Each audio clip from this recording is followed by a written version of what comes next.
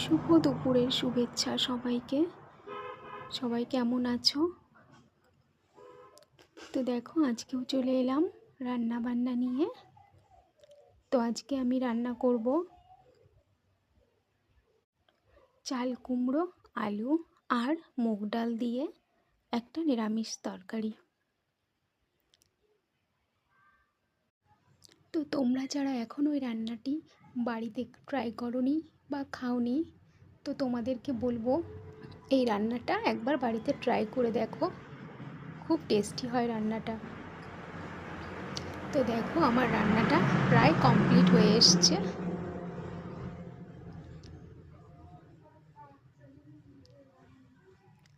তো আমার রান্নাটা হয়ে গেছে।